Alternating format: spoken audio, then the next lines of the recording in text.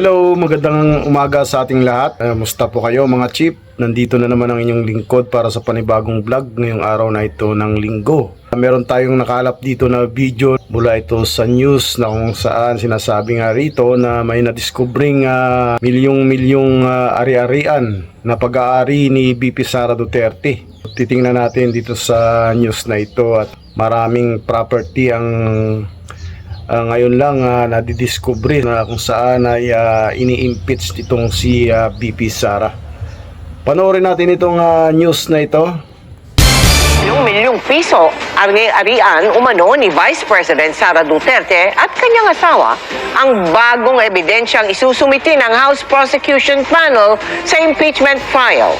Hindi umano nakadeklara ang mga ito sa Statement of Assets, Liabilities and Net Worth ng BISE kahit required. Kari pala ito ng mag-asawa na kung saan ay hindi daw nakadeclare dito sa kanilang salin.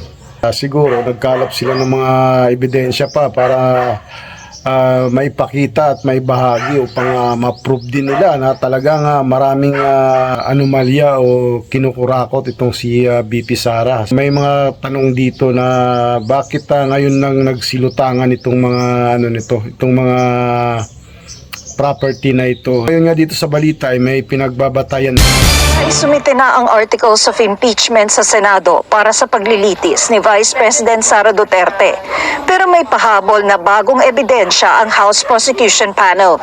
Nadiskubre raw nila ang ilang ari-arian ni Duterte at asawang si Atty. Man Scarpio na hindi nakadeklara sa Statement of Assets, Liabilities and Net Worth ng BISE.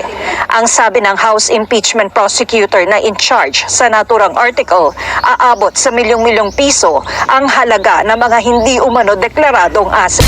So ito palang mga property na ito ay nadiskubre nila sa mga dokumento yata na nagmula sa mga government establishment.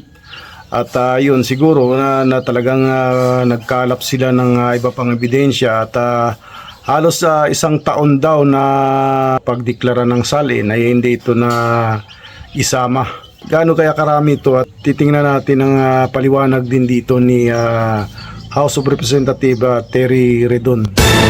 Meron pong ilang mga pag-aari na hindi po na-disclose sa kanya pong Statement of Assets, Liabilities, Net Worth over the course of all the years. Mga pag-aari po ito na nakalagay po sa mga listahan po ng mga opisina ng pamahalaan. I think this is of almost the same magnitude as the bank accounts. Kung atin pong titingnan itong mga bagong ebidensya na nakalap nila ay nagmula rin pala sa mga government offices. So, siguro hindi lang ito nakapag-focus yung ating VP Presidente o yung kanyang mga gumagawa ng kanyang salin at hindi ito naisama. Yan ay ating opinion lang. Ayon kay Representative Terry Redon, hindi pa natalakay sa House Committee on Justice ang mga bagong ebidensyang ito. Isasama raw ng House Prosecution Panel ang mga ito sa pre-trial brief na isusumite sa Senate Impeachment Court.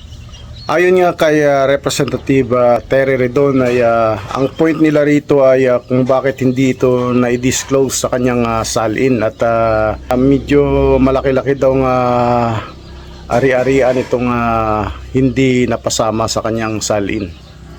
The more important point would be its non-disclosure, non-statement in the salins of the Vice President.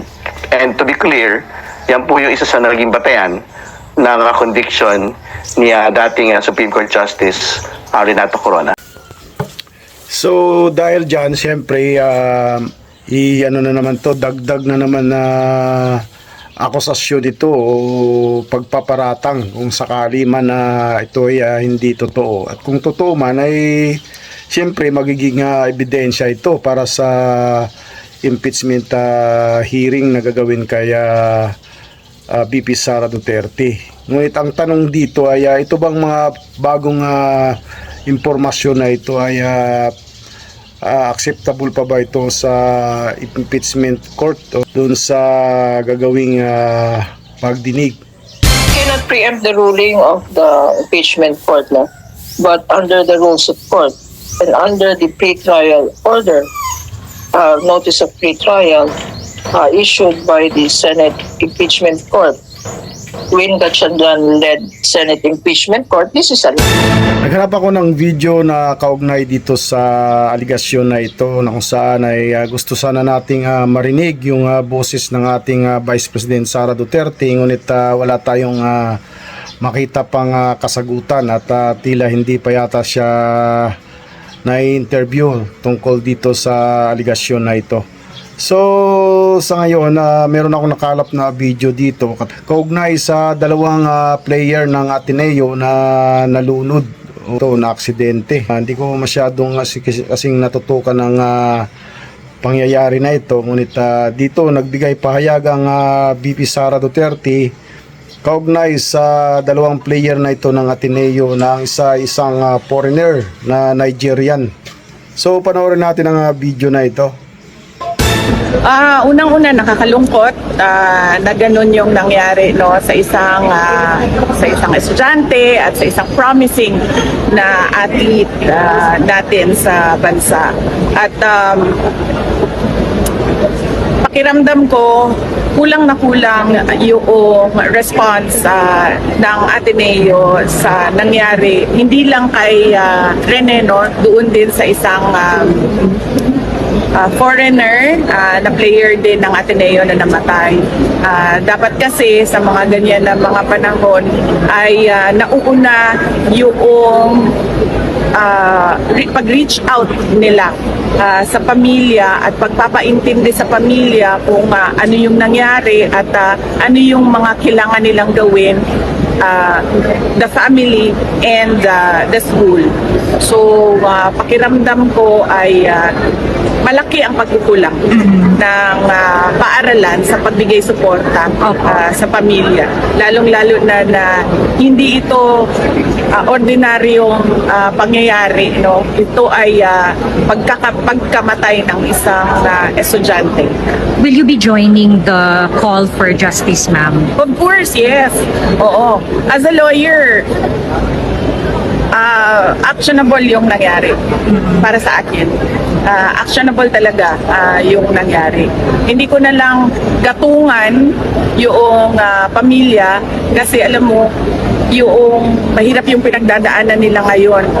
Iniisip pa nila yung grief na pinagdadaanan nila, yung araw-araw magigising ka na wala na yung anak mo. So ayaw ko gatungan, pero